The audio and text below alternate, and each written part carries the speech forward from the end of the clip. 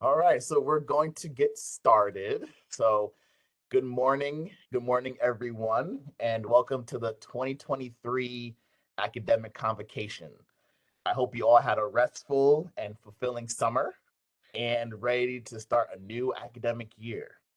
For those who I have not met yet, my name is Carlton Jones. I am the new director of the Office of Student and Academic Services, or OSAS for short, and I will be serving as your moderator for this morning. Although I am new to the school social work, I am not new to UConn.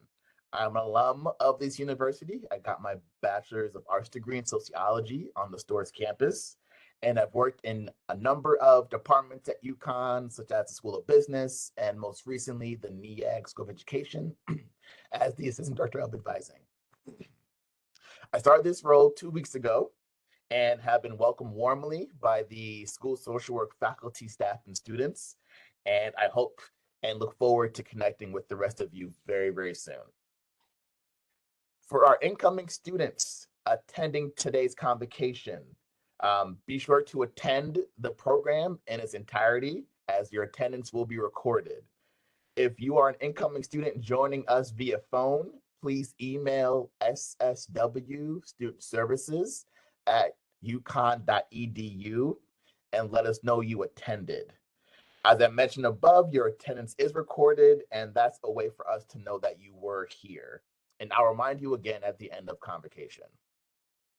The goal of convocation is to bring together the school social work community before the start of the academic semester to demonstrate our closeness as a collective.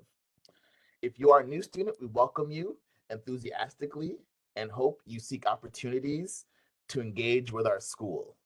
If you are a returning student, we are welcome to have you back and look forward to reconnecting with you again. We are so excited to begin this new academic year. You'll see some new faces, like mine, and we'll be introducing our faculty and staff. We are also pleased to have Dr. Marlene Matarese as today's keynote speaker. Our new dean, Dr. Laura Curran, will be introducing Dr. Matarese shortly, and I am looking forward to hearing this keynote address. During the keynote, if you have questions for Dr. Matarese, please put them in the chat. And be sure to keep all questions and comments respectful. I would now like to introduce our school social work faculty and staff. We want all of you to be familiar with the people who you'll be working with, and they are dedicated to your success as a social work student and ultimately a social work professional. We are so fortunate to have faculty who are renowned and respected in the areas of expertise and research. We are also very fortunate to have staff committed to ensuring your time at UConn and the school social work is a smooth one. At the interest of time, we will not be introducing everyone by name, but we will be introducing key administrators. Our faculty will be listed under their teaching focus and concentration. So now we get to meet the school social work faculty and staff. Our first slide is our administration. Like I mentioned before, we have our new dean, Dr. Laura Curran. We have our interim associate dean for academic affairs and co-director of the PhD program and associate professor, Dr. Scott Harding. You have a long title, Scott. So yeah. And lastly, we have Dr. Jennifer Manuel, our associate professor and associate dean for research. Next, there are staff in the office of the dean. They help keep things running smoothly and successfully. So we have Tessa and Chelsea, who are our administrative and service assistant and education program assistant, and Malagos Merado Johnson, our director of strategic planning.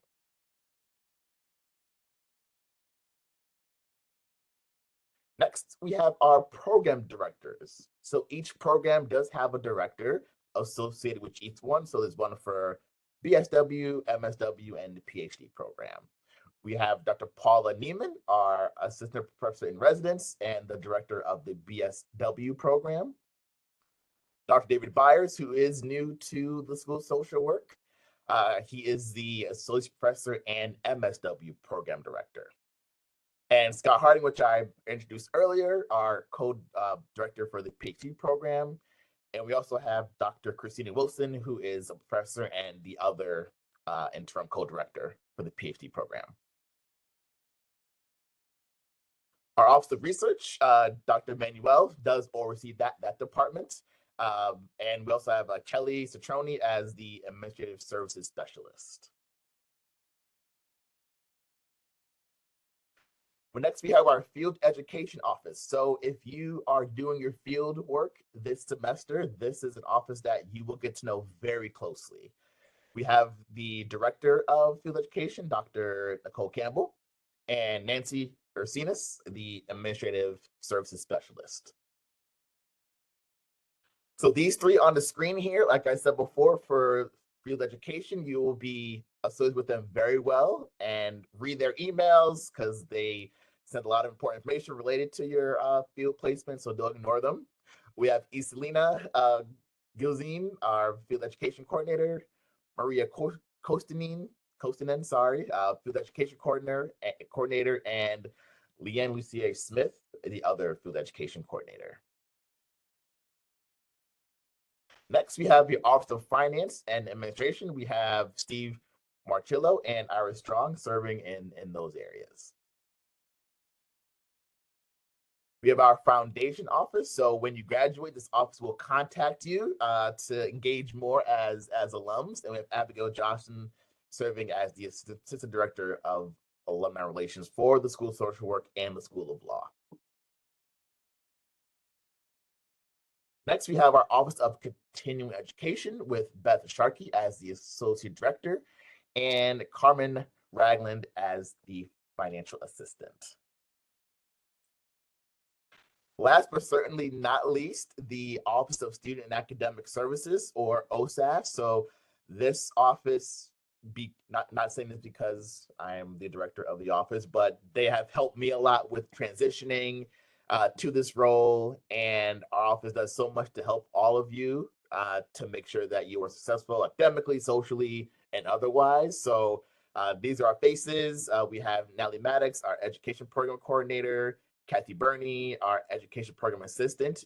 Some of you may have spoken with Kathy or Natalie when you did apply to school social work.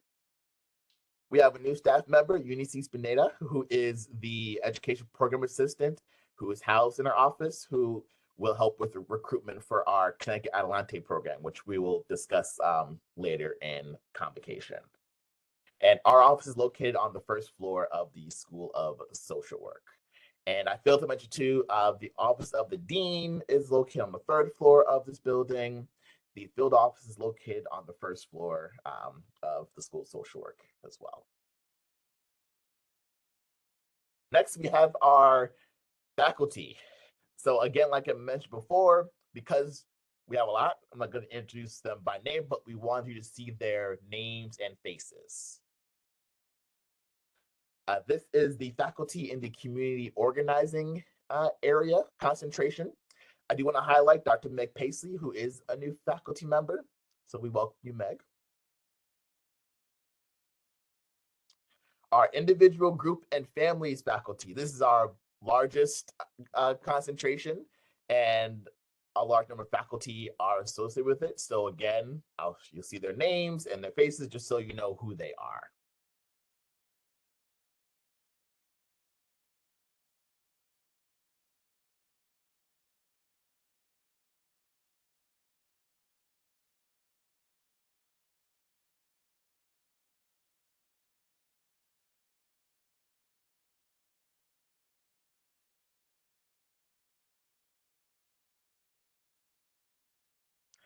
And next, we have our policy practice concentration faculty, and it'll be shown on the screen.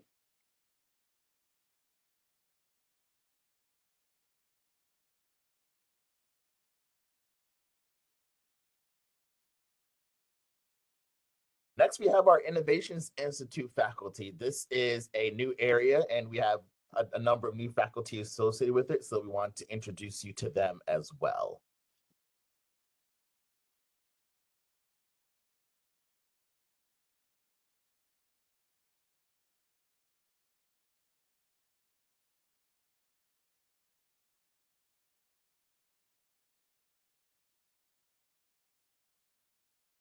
And then lastly, our research faculty. They are comprised of different concentrations, but they do focus on research. So I'll highlight them now.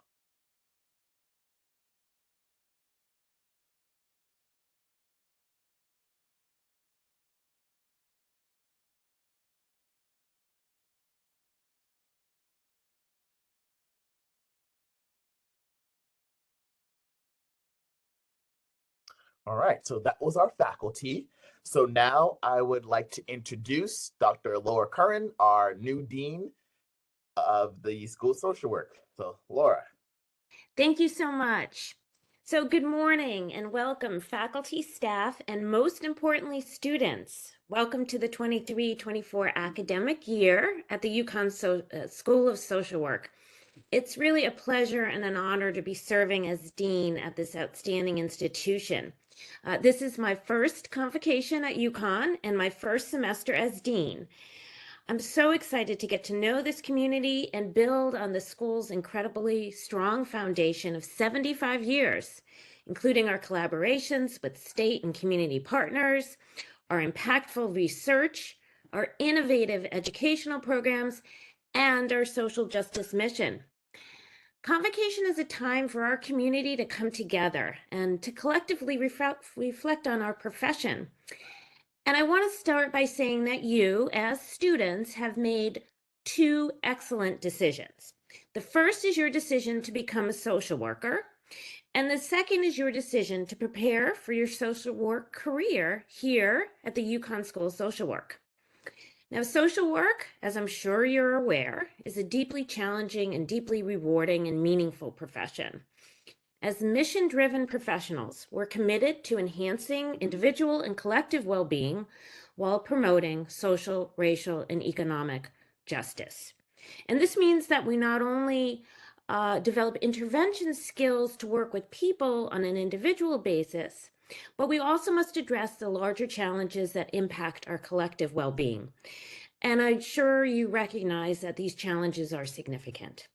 Ongoing structural racism, income inequality, climate change that has a toll on human welfare, a mental health crisis amongst our youth, backlash towards the LGBTQ+ community, and threats to our democracy are all issues that we must engage with as social workers to advance our mission. And while you're here, we'll provide you with the tools to do this type of challenging work. We cannot promise you that this is going to be easy, but we can promise you that it will be rewarding and transformative. Now, social work is also a versatile and dynamic career choice. There's just so much you can do with this degree. You can work with children, or you can work with older adults. You can work with refugees, or you can work with veterans. You can be a therapist, or you can be a community organizer. You can work in a school, for affordable housing, in a hospital, in government. And you can continue your education or do research and teach. There's really no place that social workers don't belong or where social workers can't make a difference. And the most exciting thing about this career is that you can do many different things and work with many different people and populations over the course of your career. You will never get bored. Now, I also said that you made a second excellent choice or a second excellent decision by choosing UConn. Now, you've chosen to study at the #1 ranked school of social work in Connecticut, and your school is in the top 12% of programs nationally. And we're there because of our outstanding faculty and dedicated and talented staff, and the quality of our students and alumni. You will have the benefit of learning from top researchers in the field, and will read the books and the articles that they wrote on issues like immigration and global social work, mental and behavioral health, substance use and child welfare, health equity, disability, violence prevention, community organizing, just to name a few. And our full-time faculty is joined by an outstanding group of adjunct faculty. And our adjunct faculty are community-based practitioners who are working with the communities and clients that you're going to be serving in your field placements. Now, your field instructors who are experienced clinicians are going to guide and mentor your developing practice. And together, our faculty bring their expertise along with their deep commitment to diversity, equity, inclusion, and anti-racism. This value is central to our strategic plan, and we're working hard as a school to infuse it throughout teaching and learning, research, field education, and in our relationships with each other and with those we serve. So I encourage all of you to make the most of your time here at UConn. A graduate education in social work gives you an opportunity to really think about the world around you, make sense of it, and then provides you with the tools to create change in that world. Your time here is going to move very quickly. So use that time to get to know your classmates, join student groups, attend lectures and events, and become part of the social work community and the Hartford community. We know you have competing demands, family and caretaking responsibilities, employment, and we'll do our best. Our faculty and staff will do our best to make our opportunities at the school as accessible and manageable for you and for your busy lives as possible. I hope that you embrace the opportunities that lie at UConn, that your commitment to social justice grows, and that you develop an even greater sense of compassion as you work with your clients, helping them, whether they're individuals, families, or communities, to navigate difficult circumstances while building on their strengths and challenging the inequities you see in the world around you. And I truly believe that you'll emerge here as a confident and proud social worker. So welcome again. And now I'd like to introduce you to our convocation speaker, one of our new faculty members, Marlene Matarese. Dr. Matarese is an associate research professor at UConn School of Social Work, and she's the deputy director for the Innovations Institute. Dr. Matarese has over 20 years of experience working at the individual, county, state, and national levels. The focus of her work has been improving access to the quality of systems and services for children and youth. And she specializes in evidence-based and evidence-informed intervention design and best practices in implementation science for public, child, youth, and family serving systems, as well as LGBTQ, plus sexual orientation, gender identity, gender expression, workforce development, and systems of care. And by the way, those terms, evidence-informed practice and implementation science, are things you're going to hear a lot about as you further your career here at UConn. Dr. Matarese is the principal investigator, meaning the lead researcher for multiple federal grants, including ones that address placement stability, permanency for LGBTQ+ children and youth in foster care, and LGBTQ+ behavioral health equity. In her work, she champions the meaningful inclusion of youth in the design of social service systems that serve them. And I'm going to turn over I'm going to turn this over to our guest speaker. Welcome. Thank you very much. Good morning, everyone. Thank you, Dean Kern, very much for that introduction and inviting me to speak today about the infinite possibilities of a career in social work. I am so honored to be here with all of you as you're beginning this new journey. And though I speak often, I mostly present on my work as an academic, an expert, or an advocate. And what I never do is talk about who I am personally and how I arrived at this present moment in my career and in my life. And today I'm going to do a little bit of both. I'm going to share some of my professional and personal stories.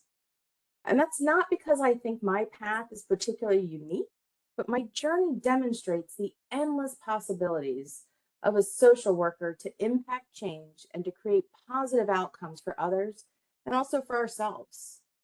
And throughout my story, I'm going to share with you 7 lessons that I've learned that I hope can be helpful as you embark on the next steps in your own journey. So you heard my very long professional bio, but now I want to share with you a little bit more about my personal biography. At my core, I'm shaped by the experience of being the child of a single mom who dropped out of high school because she was pregnant with me, a woman who would go on to experience financial and emotional struggles throughout her life. I'm also the grandchild of a woman who dropped out of 8th grade to work, who was homeless at 15, and a military wife and new mother by age 16, and who soon after would parent 6 young children. In many ways, their circumstances limited their potential. And as a young person, I would never have imagined that my story would turn out to be so different from theirs. and that I would be speaking with you here today. My mother and my grandmother are the women who parented me. And as a family, we had endless struggles and many triumphs, all of which was guided by our shared sense of humor. And through these experiences together, they've instilled in me the values that really guided my life. And as a child, to be honest, their lessons seemed to be imparted at pretty random moments. But now as an adult, when I'm looking back, I can see that their guidance was probably shared with intention because it stuck. I lived with my grandmother at various points in my life. And occasionally she would call me out of school for a sick day and she'd take me to Atlantic City. And this started when I was very young, but by age 11, I was pretty much free to roam solo while my grandmother gambled. And then we'd meet up, we'd grab lunch, and we'd walk the boardwalk together.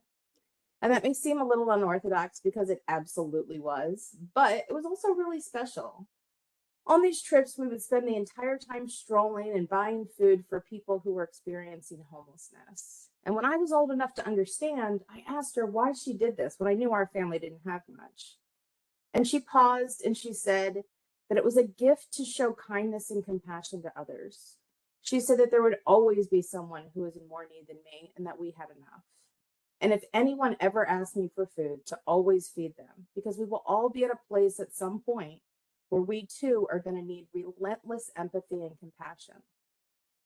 And through many other unconventional moments like this, my mother and my grandmother taught me to act with deep compassion and understanding for others, to lead by example, and to always stand up to injustice. They shared this belief that we're all connected, and therefore each person has to be treated with dignity and recognition of their human worth. And because neither of them had access to an education, they encouraged me to prioritize mine and to always be open to learning. So to most of you, for those of you who are new to social work, the values I just shared may sound reasonable, but soon they are going to sound very familiar. Because what my mother and my grandmother instilled in me are the 6 core values of social work: service, social justice, dignity and worth of the person, the importance of human relationships, integrity, and competence. These are the pillars of ethical social work practice, and they are going to be central to everything you do moving forward in this field. This link between the lessons of my childhood and my professional goals in this career became my first lesson that's guided me. Remember your roots and what our past teaches us. So I went on to college, and towards the end of my 4 years at Rutgers University in New Jersey, my friend Jill told me she was applying to a master's in social work program. I had no idea what that was. I heard of social workers. I thought they worked in child welfare. I knew I was absolutely not interested in that. And then she said she wanted to be a therapist and have her own practice, and that's why she was applying. I worked multiple jobs and volunteered through my undergrad years, and most of those work experiences were social worky. I'm sure many of you have had these same types of roles, right?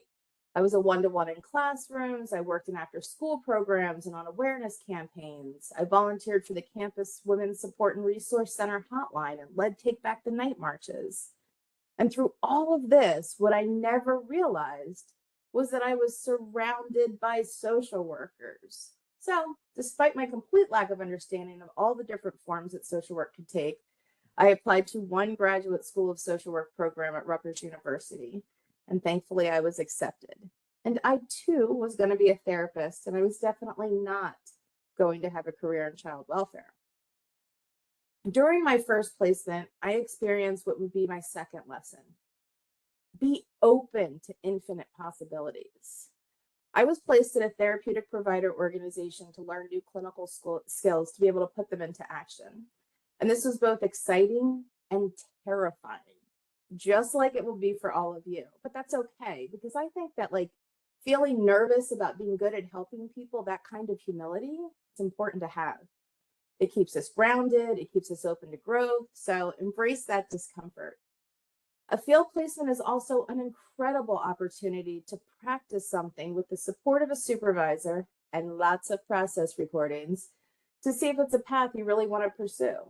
For me, I quickly realized that I did not want to become a therapist, but I was drawn to the underlying reasons that led a person to therapy. I realized I wanted to work with children and youth, and I became interested in care coordination. Jill, however, would go on to lead a very successful private practice.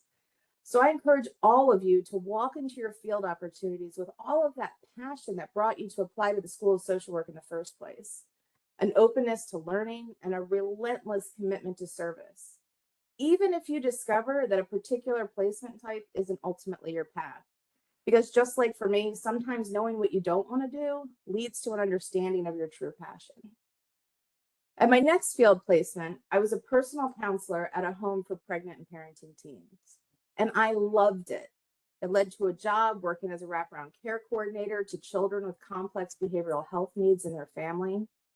And it was here that I began to working with families that were involved in multiple systems at the same time, including child welfare. And as I navigated those systems and partnerships with families, I realized how broken these systems were. And at the time, I was not the super gay that I am today, but I was the resident office lesbian. And as such, I would often get assigned to work with young people who were queer or at least suspected of it.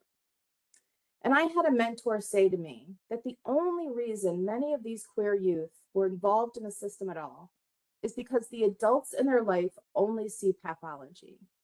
And if many of them grew up in a society that supported their sexual orientation, gender identity, and expression, they would have a very different experience and the potential of a life without a system intervention. And it was at that moment for me that sparked passion and led to lesson 3, follow the spark. I eventually left this position and I went on to lead, in partnership with youth, the development of a national youth movement that focused on promoting youth expertise and leadership for youth involved in systems of care. This work coalesced into the formation of Youth Move National, which is now a multi-million-dollar nonprofit organization led entirely by young people with lived experience in the child welfare, juvenile justice, and behavioral health systems.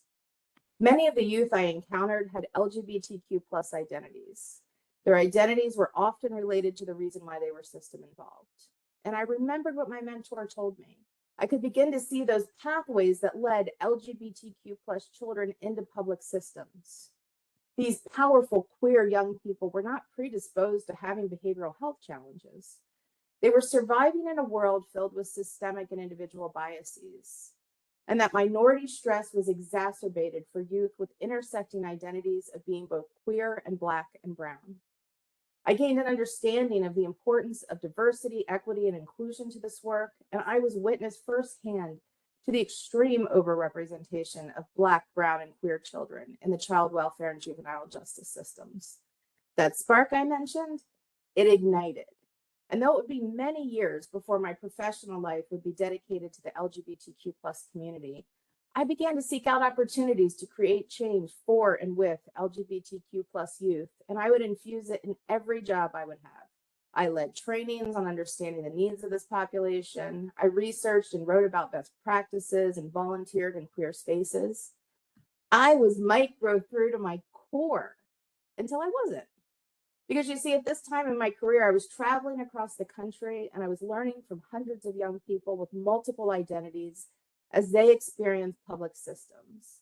And I had access to experts in children's behavioral health, juvenile justice, and child welfare.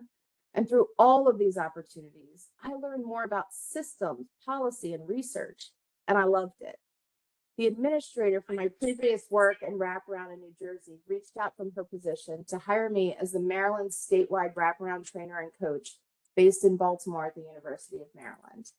And it was here that I had my first opportunity to pull together experts in the field to lead the development of a model for implementing wraparound and to pilot that approach in Maryland.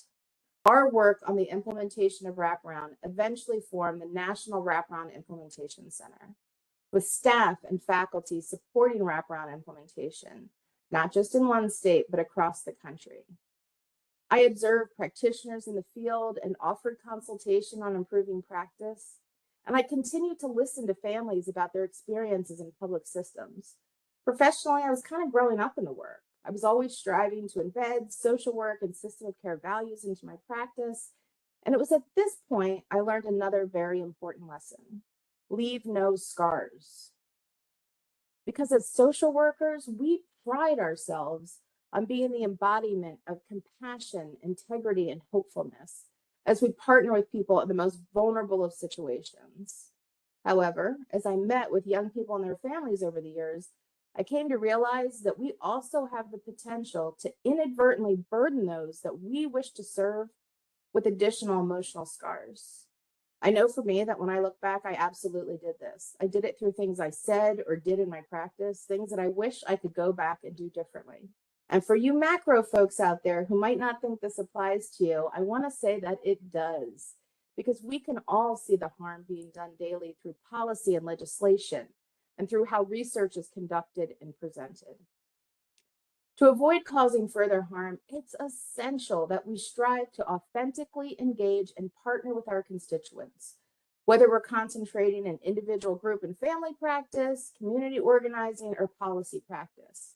We are less likely to leave scars if we involve and partner with the people we serve, because they understand their own needs better than anyone else does. So I urge you to listen closely to the personal stories that we're privileged to hear, with both empathy and compassion, and with an ear for eradicating injustice. I strive to always carry these voices with young people and their families with me through my career.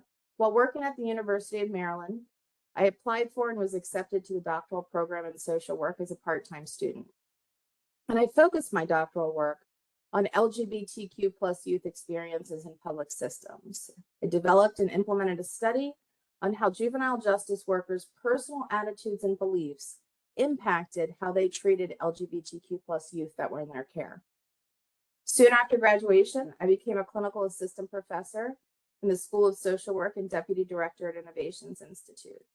A few years later, a $10 million grant was released from the U.S. Health and Human Services Administration's Children's Bureau to implement a national quality improvement center focused on tailored services, placement stability, and permanency for LGBTQ plus youth in foster care. So this center would be designed to lead the development, implementation, and evaluation of programs, none of which existed at the time, all of which would support the well-being of this population. This would be my first grant application that I would lead, and I felt completely out of my league. Leading to lesson 5, lean into the uncomfortable.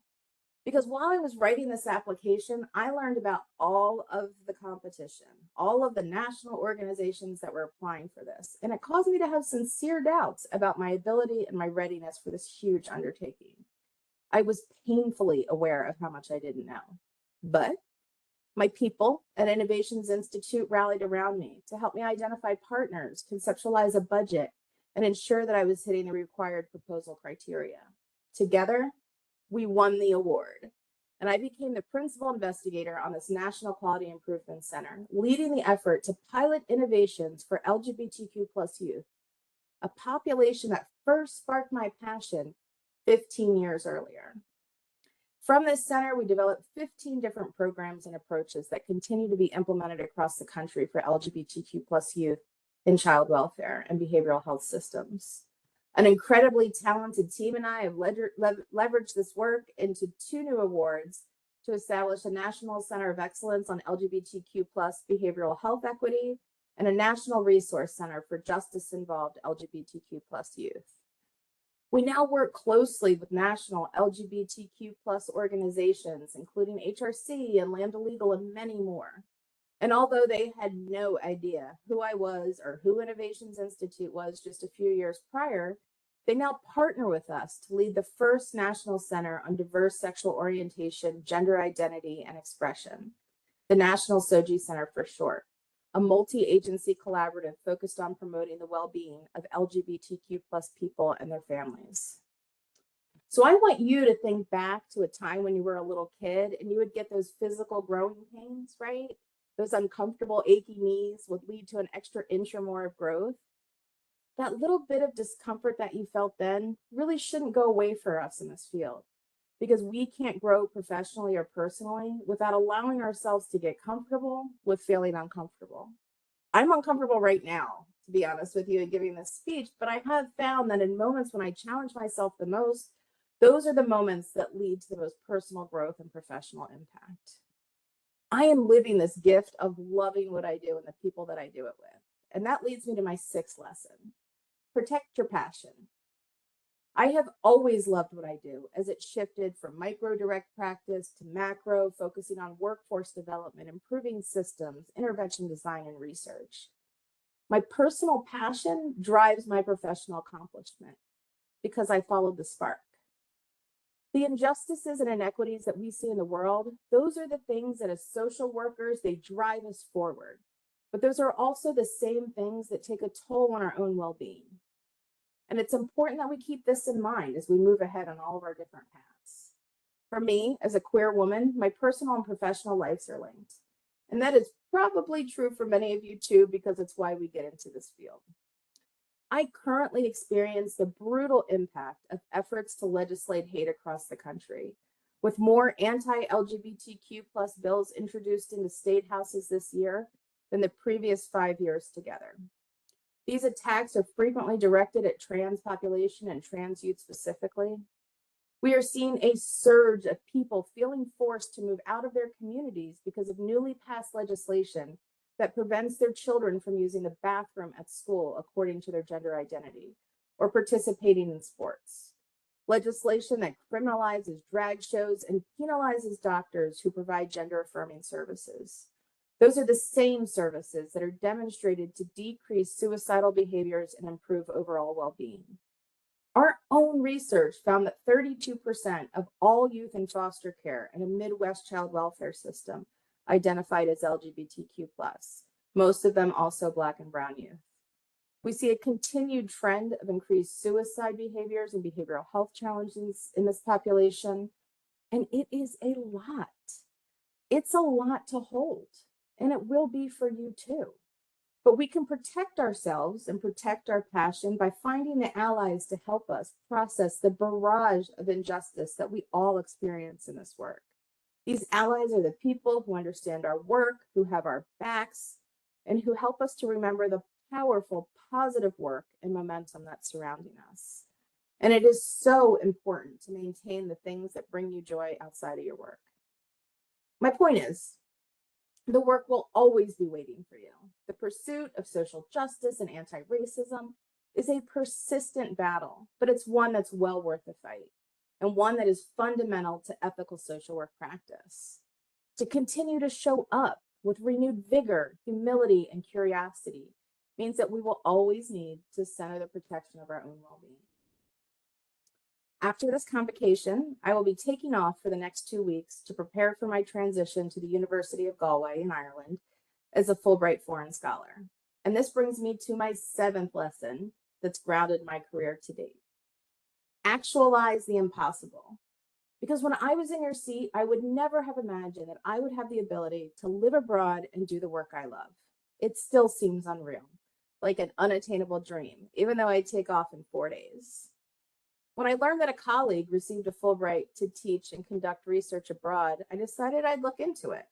I reached out to contacts that I made in Ireland, and I was connected to the University of Galway, where Ireland's Child Welfare Research Group sits. And with their support, I put forth a proposal to study the experiences that LGBTQ+ youth have in the Irish child welfare system. And this April, I found out I was accepted, and my wife and I are now panic packing for a 9-month stint in Ireland. And I may be the one who's packing the suitcase, but a wild dream like this does not come to fruition without the involvement and support of a wide group. Remember, we need our allies. That administrator from New Jersey who I mentioned earlier is Michelle Zabel, the executive director here at UConn School of Social Work Innovations Institute. She's still my boss, my partner, and my biggest champion. And it's because of her support and the support of an exceptional team that I'm honored to work with every day, and a very supportive spouse and family and friends, that I'm able to learn about a new culture. And hopefully I'm going to be able to contribute to the broader understanding of LGBTQ+ youth experiences in child welfare and how to improve conditions for this population globally. So much for not wanting to work in child welfare. I hope that as you enter this professional path, that you are grounded by your roots and that you retain those important early lessons that brought you here today. I hope you maintain all of the possibilities of a career in social work, and that those possibilities are driven by a spark of passion that ignites your entire career. Always remember the impact of your practice and strive to leave no scars. And when you have self-doubt, lean into the uncomfortable and challenge yourself to learn more and grow while always centering your joy and protecting your passion and well-being.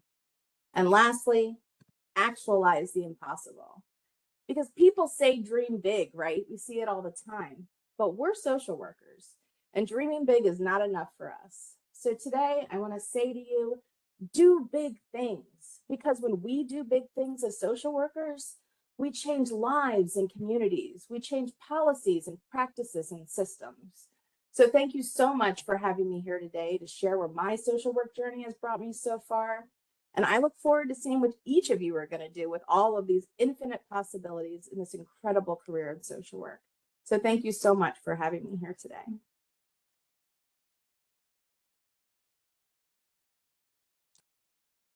Thank you so much, Marlene. That was amazing. I loved hearing about your journey from, I guess, conception to now. Yes, so that was really cool to hear all of that. Very inspirational.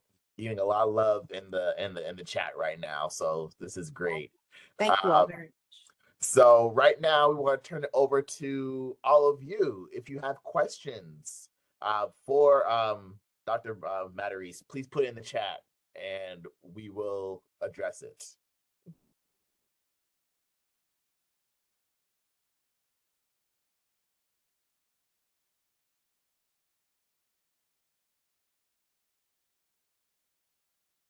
A lot of comments, so that's great. Everyone loved it, so this is wonderful. And I work here, so if you have questions that come up outside of this, that's cool. You can email me.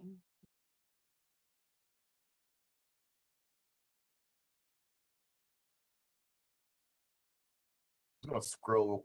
Maybe I missed one. Hold on. Let's see. A lot of comments. Excited for your next journey. Very inspirational. Well, I see one comment that said, can you talk about what the Fulbright is? Sure. Ah, perfect. Yep, there we go. I'm going to be really honest with you. I didn't think that grownups who are outside of undergraduate would have the opportunity to do a Fulbright before I applied for it. So that's my transparency that I'm sharing with you today. Was something that I learned truthfully from a colleague and was like, oh my gosh, I want to do that. I want to be able to go abroad. That's always been a dream of mine. And so the Fulbright has multiple different opportunities. There's tons of them. There's opportunities to go as a student. There's opportunities to go as faculty. And so I'm going as faculty. And you apply and you're provided with funding that kind of supports you to live abroad, to help pay for your accommodations and those things. But your real goal is to really sit within a culture and embrace that culture and have an opportunity to partner within that culture with a group to conduct a research study or to teach. Or for me, I'm going to help with revamping their curricula instead of teaching, to incorporate LGBTQ+ content throughout it.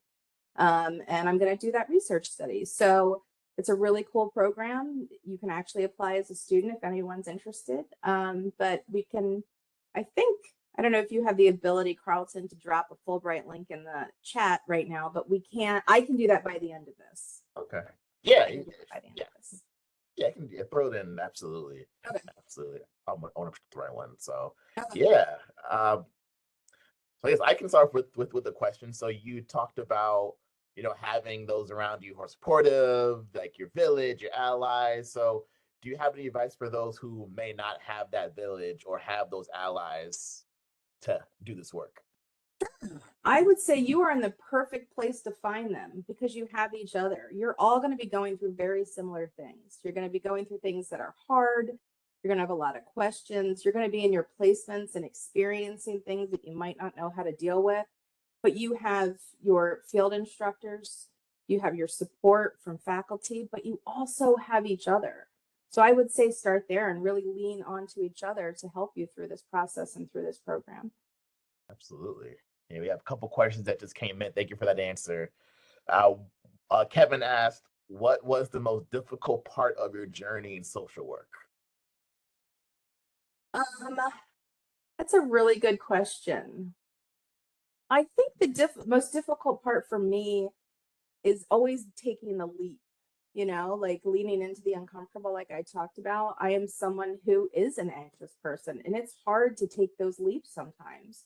So I think that those are the times that I probably had the biggest challenges. I could go on and on about the families that I work directly with and the challenges that I experienced with the system. When I talked about how broken it was, that really impacts the care that young people and families or anyone you're working with experiences. So I think that was a huge challenge too. And I think in some ways that was also the impetus for me shifting out of direct practice into something that was more macro. Wonderful. Our program assistant, Eunice, put the Fulbright program link in the chat. Thank you, Eunice. Thank you. Appreciate that. And our next question from Leah.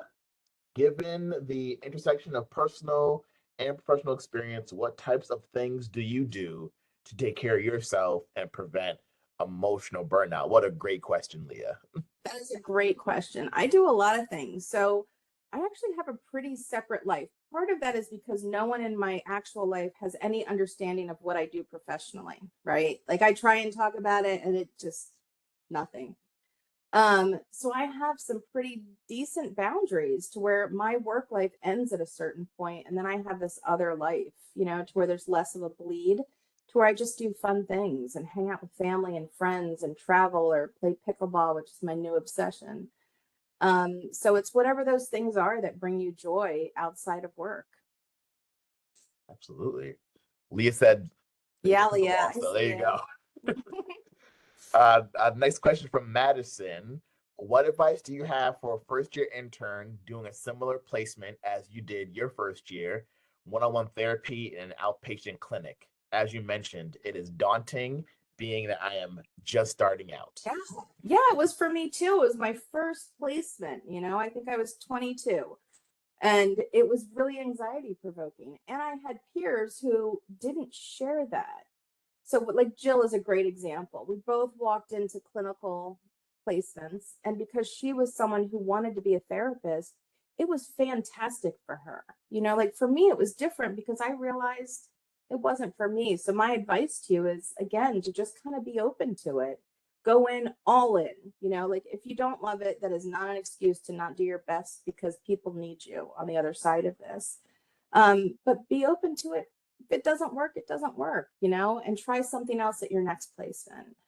And if it does work, that's fantastic. That's what this is for, to try it out, to practice, to gain those skills, and really decide what your next step is going to be. Wonderful.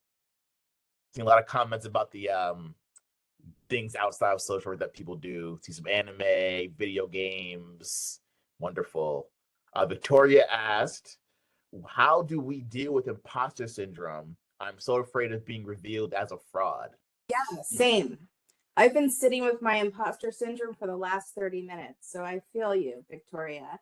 I think that it's not unusual. There's kind of a debate about imposter syndrome, because in some ways it lays the blame and the ownership of those feelings on the person, right? And the underbelly of imposter syndrome is shame and not feeling worthy enough to be where you are.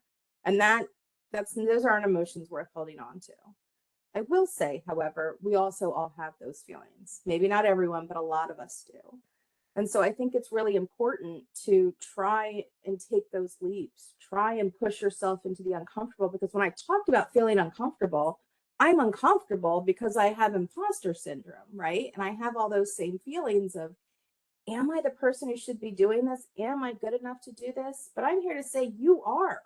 You're going to school, you're in this incredible program, you're going to get a fantastic education and opportunity. So continue just to keep leaning into it, because every time you challenge yourself and you do those things that are really uncomfortable, you start chipping away at those feelings of not feeling like you're worthy enough for that. Wonderful. There's a comment in the chat from Sierra said, I love how you mentioned setting healthy boundaries. That's so crucial to keep you safe emotionally. A colleague of mine recommended a book called Real Self-Care, a transformative program for redefining wellness. So it's a great suggestion.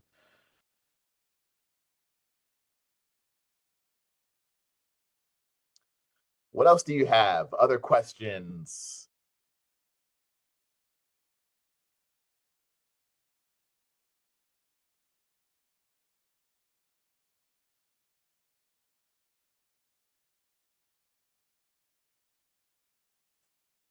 Well, like I said, you know where to find me, and I will drop my email into the chat if you want to reach out. I'm happy to always connect with students. I will be honest, I might be a little delayed in the next couple of weeks, but always happy to connect if anything comes up for anyone. Well, thank you again. That was a lovely, lovely speech. Now I'm going to turn it back over to Dean Curran for closing remarks. Yeah, I just want to reiterate many of the comments and thank Dr. Matarese for sharing this, her incredibly inspiring journey in social work. And I think it's important to know that every one of you is going to eventually have a very similar social work story to tell. While the focus of your work may be different, it's going to be similar in the passion and compassion and the humility that you bring to your work and the challenges that you face, including challenges that many of you raised today around issues of self-care and imposter syndrome. These are things we all experience. But you're also going to have a similar story in terms of the impact that you'll eventually have on individuals, communities, systems, or policies, or most likely in social work, some type of combination of all of them across your career.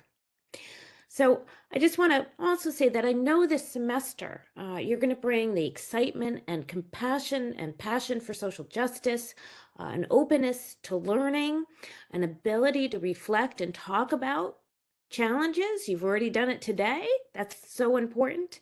And the energy to your studies that characterize the best in social work. I can already hear it today in your comments and questions. So it's been an honor to speak with everyone today and to hear this inspiring speech. And I'm going to turn it back over to Carlton now to close out. Wonderful. Thank you. So I just have a few announcements to share with all of you. So I'm going to share my screen one more time and share those things. Oh. So first, we want to reiterate the NASW, National Association for Social Work, code of ethics, that all of you will need to follow pretty much starting now as professionals. So just want to reiterate that the core values of dignity and worth in every individual, competence, importance of human relationships, service, social justice, and integrity. So please, you will know these ethics. Hopefully back and forth soon. Like I mentioned earlier in my speech, we hope that you will get engaged and connect with the School of Social Work, and there's many ways to do so as students. For those who are in the MSW PhD program, we have our Graduate Student Association. It's a great organization to join, and just want to point out a couple things that they have going on shortly. There are positions open in GSO.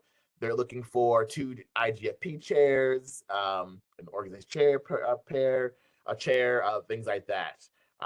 So if you have questions or want to learn more information, you can contact Sydney D. Lenoy. Her email is at the bottom of this flyer. I'll, leave it there for a moment if you want to take a picture or write down if you want to get in touch with Sydney about joining GSO.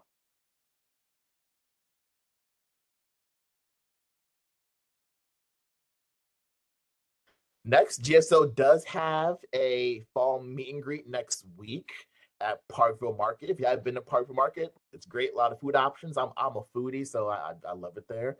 So they're having something there next week on August 31st from 4 to 7 p.m. where it's a good way to connect to the students in the GSO and other students in different concentrations and whatnot. And then we have some other upcoming events that I want to highlight. Be sure to check Soapbox at UConn.edu for other events that we'll highlight throughout the year. We have our past, present, possible in Puerto Rico event on Wednesday, September 20th to start the events for Hispanic Heritage Month, which starts September 15th and ends October 15th. So this is one of the events that are happening. So it's from 11:45 to 1:15 p.m. in the school social work community room, which is on the lower level of the school of social work. And to register, the URL is on the screen here, and I will leave it there for a moment if you want to take a picture or write it down to register.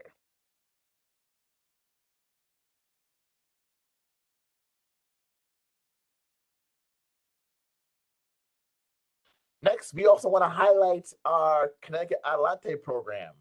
So for those of you who are incoming students and can speak Spanish fluently, this is a great opportunity to not only engage more in the community if you're in the IDFP concentration, but also earn a $2,500 stipend every semester. So not only do you engage the community a lot more, you also get a nice stipend to boot as well. So you do have to be complete 2 years placement in children and adolescents that address mental health. You're required to take 2 courses in the fall semester, and then additional courses taught in Spanish. So if you have any other questions about Connecticut Adelante, you can contact Eunice Spinetta, and her information is at the bottom. I think she also put info in the chat that I see about the program. It's a great opportunity for those of you who do speak Spanish fluently. Next, we have an event from the foundation, alumni, SSW alumni in residence with Jalen Agnew, an alum. She will be at the Harvard Times building giving a talk about her life and journey to become a social worker and therapist. So you can register again. The website's right there. I'll leave it there for a second if you want to write it down or take a picture to register. And that event will take place September 14th from 12 to 1 p.m.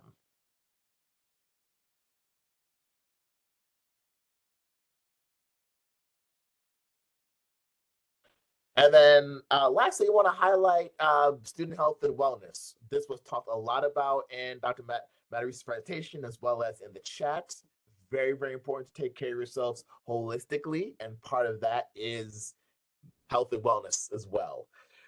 So we have an office at the Harvard Times building, and they offer different workshops and appointments on a variety of things. So you're paying for these services through your tuition, so definitely I recommend utilizing them as well.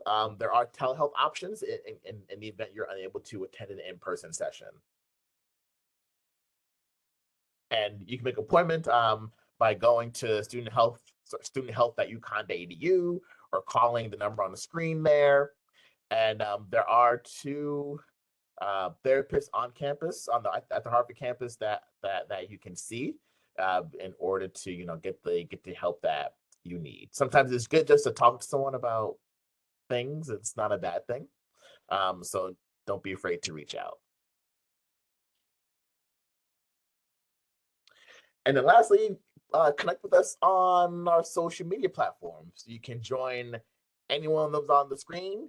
We have our UConn School Social Work Facebook page, so you can connect with us there.